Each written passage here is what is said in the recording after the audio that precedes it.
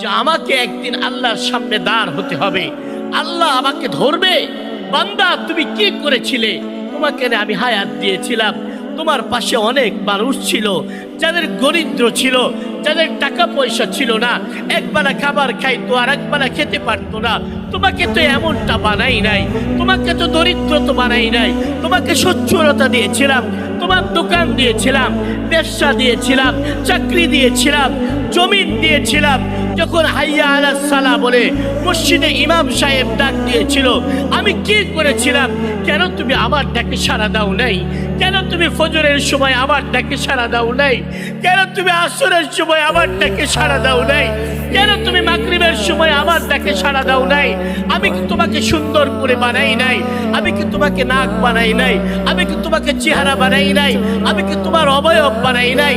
যদি আল্লাহ এভাবে আমাকে আপনাকে ধরে, সেদিন বাঁচার কোনো উপায় থাকবে না।